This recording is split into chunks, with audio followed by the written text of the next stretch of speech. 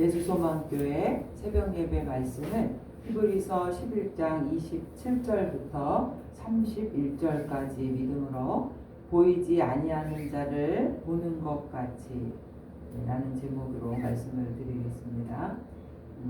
한 절씩 교독합니다. 믿음으로 애굽을 떠나 왕의 노함을 무서워하지 아니하고 곧 보이지 아니하는 자를 보는 것 같이 하여 참았으며 믿음으로 유월절과 피 뿌리는 예식을 정하였으니 이는 장자를 멸하는 자여 그들을 건드리지 않게 하려 하는 것이며 믿음으로 그들은 홍해를 육지같이 건넜으나 애굽 사람들은 이것을 시험하다가 빠져 죽었으며 믿음으로 7일 동안 여리고를 도니 성이 무너졌으며 함께 믿음으로 기생 라합은 정탐꾼을 평안히 영접하였으므로 순종하지 아니하는 자와 함께 멸망하지 아니하였도다. 네, 계속해서 이제 믿음에 대한 믿음장, 히브리서 11장 믿음장입니다. 믿음에 대한 이야기인데 모세의 믿음과 그다음에 기생 라합의 그 두 사람의 믿음을 여기서 이제 말을 하고 있는데 결국 이 모세와 기생 라합의 믿음은 요절 말씀이 27절이에요. 다시 한번 요절 말씀 읽어보겠습니다.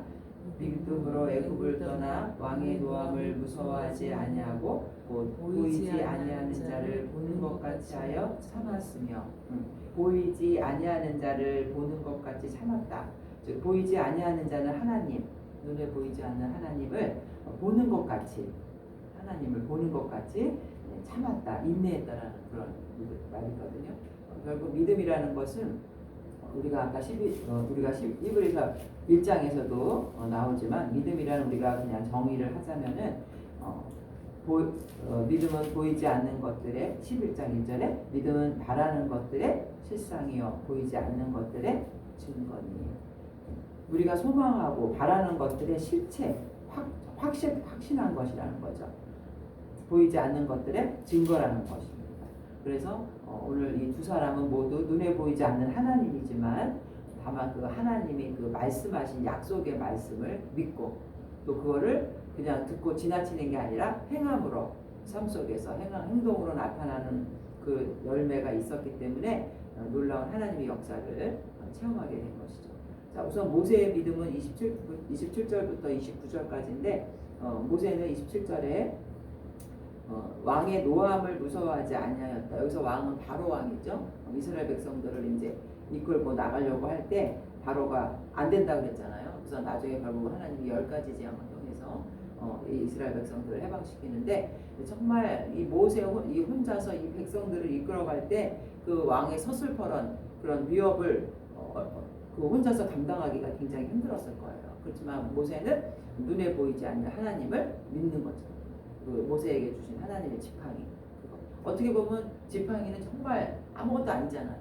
그 지팡이가 무슨 능력이 있겠어요. 근데 그 지팡이가 누구의 도구였어요? 하나님의 도구. 하나님이 그 지팡이에 역사하시니까 그 지팡이 하나로 정말 양치기 목동인 이 모세가 그 60만의 장정 60만의 장정에다가 뭐 가족 아이 다 치면은 한 가족이 4명이라고 생각할 때 240만 정도 되겠죠. 그런 이스라엘 민족들을 이끌어 내고자 출애굽했어요. 눈에 보이지 않는, 여기서 핵심은 눈에 보이지 않는 하나님, 나와 함께 하시는 하나님. 자기의 생명이 위태로울 수 있잖아요. 바로왕 앞에서 애굽의 그 권세를 가지고 목동 하나 죽이는 거는 뭐 아무것도 아니잖아요. 그죠? 그러나 그 하나님을 의지하는 것처럼 의지해서 참았다라는 말은 인내했다라는 거거든요.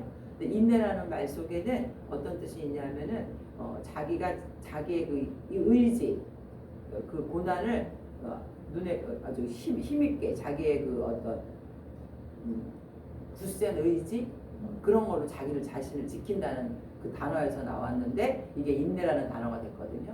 그러니까 믿음이 약한 사람은 이 인내를 할 수 있을까요, 없을까요? 없는 거죠. 굳센 힘이나 자기 의지로 자기를 지킨다라는 그런 뜻에서 이 인내라는 단어가 나왔어요. 연약한 자는 이걸 가질 수가 없죠.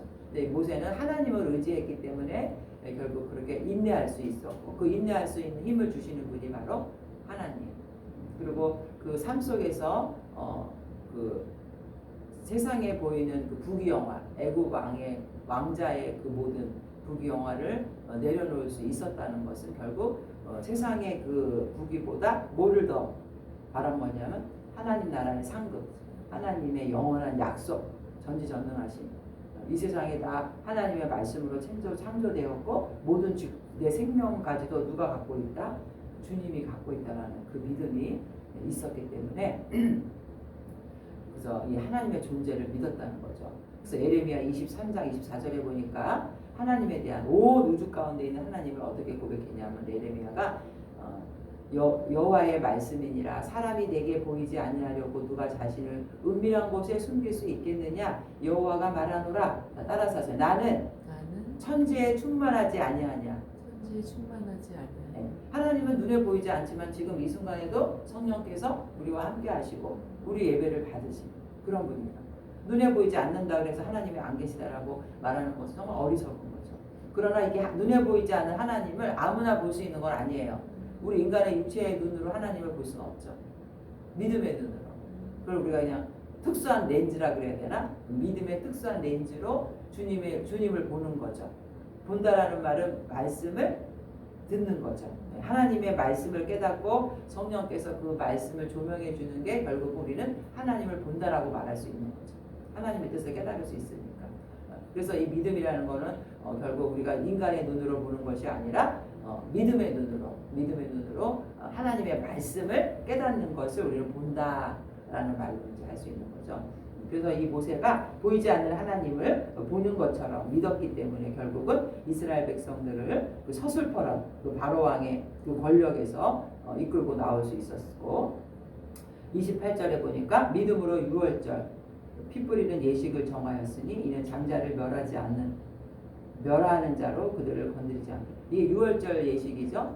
10가지 재앙을 했을 때 바로 왕이 듣지 않으니까 10번째 마지막 재앙이 그 장자 그 집의 첫 아들을 죽이는 죽음의 신을 불러오는 거였잖아요. 하나님께서. 그래서 어떻게 해야 그걸 면할 수 있냐면은 어린 양의 피 문설주와 임방에 발라서 죽음의 천사가 지나갈 때 그 피가 묻어있는 집은 넘어가는 거죠. 6월절이 넘어가다라는 뜻이거든요. 죽음을 넘어가는. 그러나 애굽에 있는 피를 바르지 않는 애굽의 그 집들은 다 들어갔죠.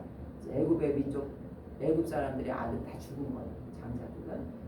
그래서 이거를 하나님이 모세에게 그 예식을 하라고 했을 때 모세가 말했을 때 믿음으로 이 이스라엘 백성들은 다 그런 행위를 한 거죠. 문설주에 바른 거죠. 그래서 이것이 6월절인데 결국 이 어린 양의 피는 우리가 뭐를 예표하는 거예요? 상징하는 거예요.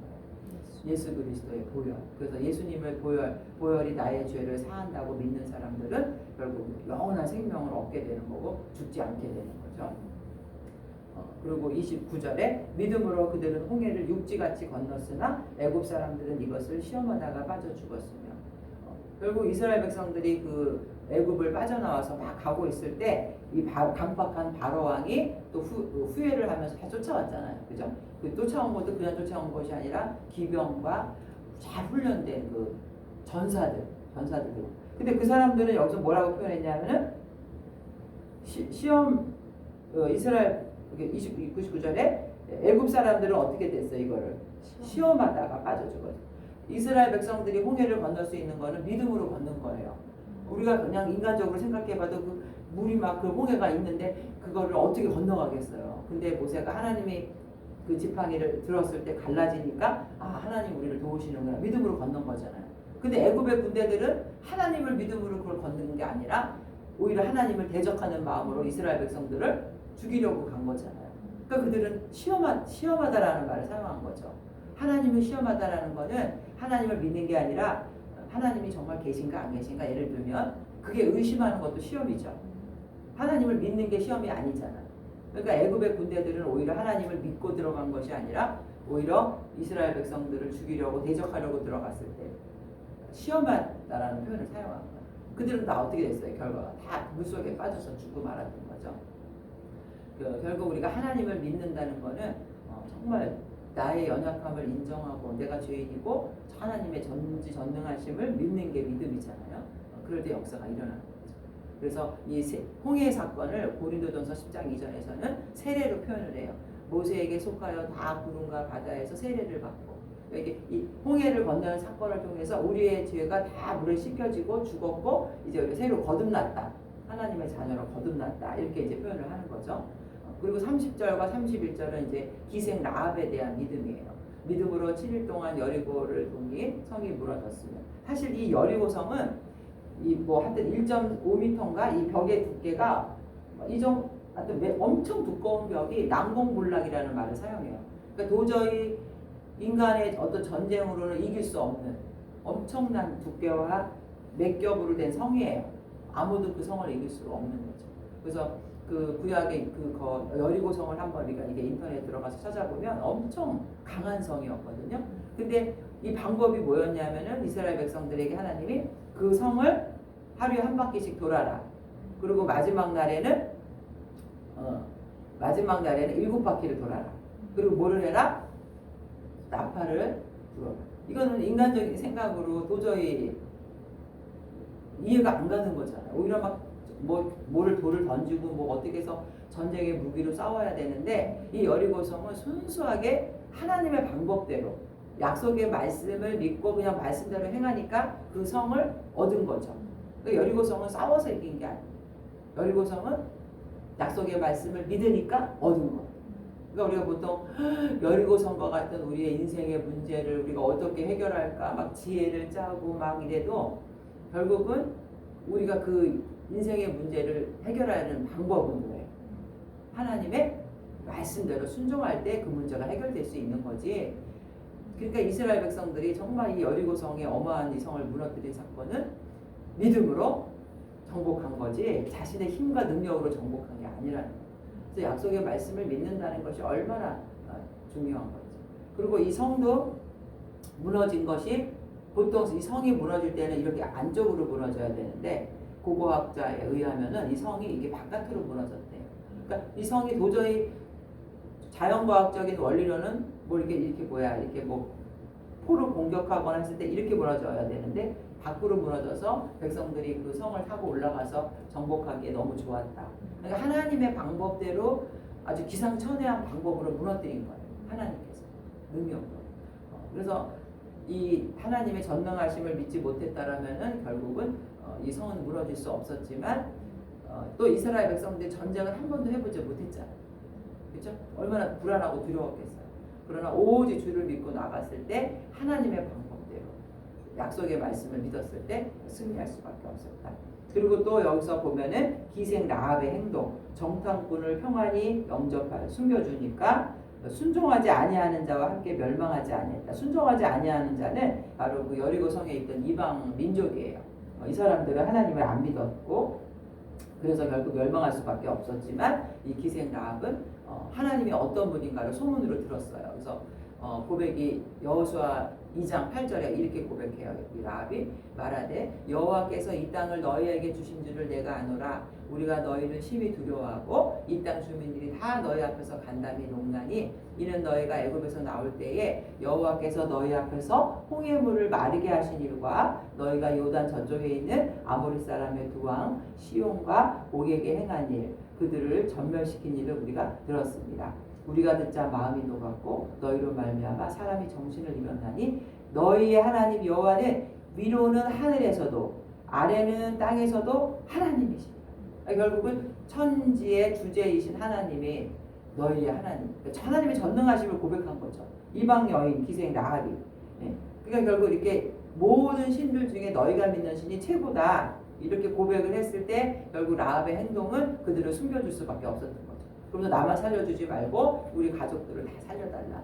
그래서 그 창가에 붉은 줄을 내려뜨리면은 다 멸망하되 우리 가족은 저 가족은 이제 공격하지 말라. 여호수아가 명령을 내린 거잖아요. 결국 그 붉은 줄도 뭐를 상징하는 거겠어요? 예수의 보혈이겠죠. 상징하는 것이. 그리고 이렇게 믿음은 이렇게 라합의 행동처럼 뭔가 행동이 나왔을 때 그게 열매를 맺는 거예요. 그래서 이 기생 라합은 뭐 이게 창기라는 말도 있고 여관의 주인이라는 말도 있고 여러 가지 학설이 있는데 결국 이방의 이 여인은 천한 여인은 결국 구원을 받을 수밖에 없었다. 그래서 마태복음 1장 5절에도 다윗 그 왕이 조상이 됐잖아요. 살몬은 라합에게서 보아스를 낳고 보아스는 룻에게서 오벳을 낳고 오벳은 이새를 낳고 이새는 다윗 왕을 낳고, 그러니까 다윗 왕의 조상이에요. 라합이. 그 마태복음에 나와 있잖아요. 그러니까 족보 그 메시아가 오기까지 그 반열에 누구의 이름이 들어가 있냐면 기생라. 하나님은 외모를 보는 게 아니에요. 얼마나 이게 영광스러운 축복이에요. 그죠? 다윗 메시아의 반열에 기생 라합이 들어가 있다는 것이 결국 이 야고보서에서도 야고보서 2장 25절에서도 이와 같이 기생 라합이 사자들을 접대하여 바른 길로 나아가게 할 때 행함으로 의롭다 하심을 받은 것이 아니냐. 영혼 없는 몸이 죽은 것 같이 행함이 없는 믿음은 죽은 것이야. 우리가 어떤 사람이 어떤 직책이 어떤 이 세상에서 어떤 위치에 너무 뭐 훌륭한 뭐 그런 것이 아니라 정말 하나님을 믿고 그 믿음이 행함으로 나오는 사람을 이렇게 하나님이 높여주시고 하나님이 사용하신다는 거예요. 믿음이 결국 이 사람들을 하나님께 인정받게 한 거죠. 그리고 로마서 1장 17절에도 복음에는 하나님의 의가 나타나서 믿음으로 믿음에 이르게 하니 기록된 바. 자, 오직 의인은 믿음으로 말미암아. 우리에게는 믿음이에요. 하나님이 우리에게 보시는 것은 하나님의 심판대 앞에 가서 삶을 결산할 때도 얼마나 우리가 주여 시편 119편에 주여 나의 소유는 이것이니 내가 주의 말씀을 지킨 것이. 주님 앞에 가서 뭐 내가 아파트 몇 평 살았다, 돈을 얼마나 벌었다 이게 아니에요. 내가 주님의 말씀을 잘 지켜서 그냥 믿음이 또 그냥 믿음으로 흘러간 것이 아니라 믿음을 행함으로 내가 열매를 맺었습니다. 그것이 바로 우리의 고백이고 주님이 기뻐하시는 것이죠. 믿습니다. 그래서 이 모세가 이렇게 애굽의 그 호화스러운 왕의 그 권력을 다 가질 수 있었음에도 그것을 거절하고 정말 노예의 신분, 그 당시 히브리 민족은 노예였잖아요. 그죠? 노예의 신분으로 떨어져서 그들과 같이 고난을 받고 이렇게 살았던 것은 결국 뭐예요? 이 세상이 우리의 목적이 아니라 우리의 목적은 결국 하나님 한 분, 그분의 말씀대로 얼마나 순종하면서 이 땅에 사는 것입니다. 그리고 빛과 같이 지나가는 60년, 70년의 인생이 지나가면 우리에게는 영원한 세상이 있기 때문에 결국은 이제 사도 바울이 빌립보서 3장 7절 8절. 자, 그러나 내게 무엇인 내게 유익하던 것을 내가 그리스도를 위해 다 해로 여기고 또한 모든 것을 해로 여김은 내 주 그리스도 예수를 아는 지식이 가장 구성하거든. 그리고 그를 위하여 모든 것을 잃어버리고 배설물로 여기는 그리스도를 얻기 위해서 우리가 정말 얻어야 되는 건 바로 그리스도. 그래서 그 믿음을 행함으로 보낼 때 여리고성이 무너지고 홍해를 가를 수 있는 이런 놀라운 역사가 일어나는 거예요. 주님이 보시는 거는 이렇게 우리의 능력이 아니라 순수한 믿음. 그래서 우리가 정말 이제 오늘 한 해도 얼마 남지 않았지만 내년에는 더 큰 믿음으로 하나님을 기쁘게 하고 놀라운 역사를 체험하는 저와 여러분 되시기를 주님의 이름으로 축원드립니다. 하나님 아버지, 오직 의인은 믿음으로 말미암아 산다고 말했습니다. 우리가 이 땅에 사는 동안 정말 믿음으로 승리하고 믿음으로 놀라운 여리고성이 무너지고 홍해가 갈라지는 그런 놀라운 역사를 체험하는 증인의 삶을 사는 저희들 되게 하여 주시옵소서. 예수님의 이름으로 기도드립니다. 아멘.